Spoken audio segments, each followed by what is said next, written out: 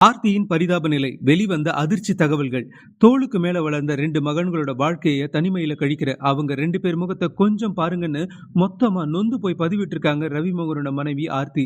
மேலும் நான் இன்னமும் ரவிமோகனுடைய மனைவி தான். சோ என்னை எக்ஸ் ஒய்ஃப்னு மென்ஷன் பண்ணாதீங்கன்னு சொன்னதும் அவருக்கு ஆதரவா நடிகைகள் குஷ்பு மற்றும் ராதிகா ஆதரவு தெரிவிச்சிருக்காங்க. இதுக்கெல்லாம் மொத்த காரணம் ரவிமோகன் தான். ஆல்ரெடி கிசுகிசுக்கப்பட்ட பாடகி கெனிஷாவோட கை கோர்த்தபடி ஐஸ்வரி கணேஷ் வீட்டு கல்யாணத்துல ஜோடியா கலந்துகிட்டதுதான்.